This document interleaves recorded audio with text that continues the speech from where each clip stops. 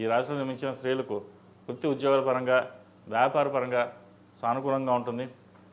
సహనాన్ని పరీక్షించినట్టుగా ఆ భగవంతుడు మిమ్మల్ని పరీక్షిస్తుంటాడు. ఏమిటి ఈ జీవితం, ఎందుకు ఇలా ఉంది అన్న బాధ ఎక్కువగా ఉంటుంది.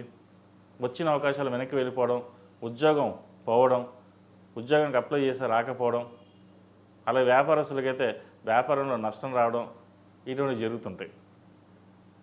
అయితే ఇది తాత్కాలికమే అండి. కొంతకాలం ఓపిక పడితే మళ్ళీ గాడిలో పడుతుంది.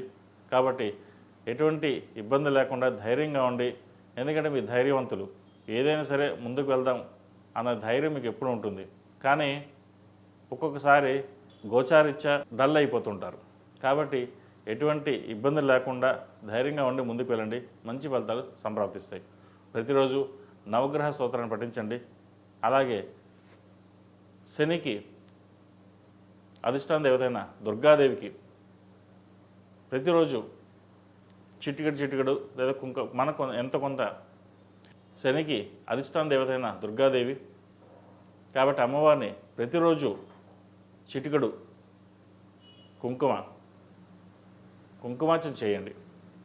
అష్టోత్తరంతో కుబేర కుంకుమ కావచ్చు, ఆరవల కుంకుమ, ఏదైనా రావాల్సిన ధనం స్ట్రక్ అయినా సరే మరి రావడం ఇటువంటి జరుగుతుంటాయి కొన్ని. కాబట్టి ప్రతిరోజు సాధ్యమైనంత వరకు అమ్మవారి ఆరాధన చేయండి, మంచి ఫలితాలు సంప్రాప్తిస్తాయి. ఈ రాశిలో జన్మించిన వారికి కలిసి వచ్చే సంఖ్య 1, కలిసి వచ్చే రంగు తెలుపు. ఏదైనా పని మీద బయటికి వెళ్ళాలంటే ఆదివారం కానీ శనివారం అడిగిన వెళ్ళండి, మంచి ఫలితాలు సంప్రాప్తిస్తాయి.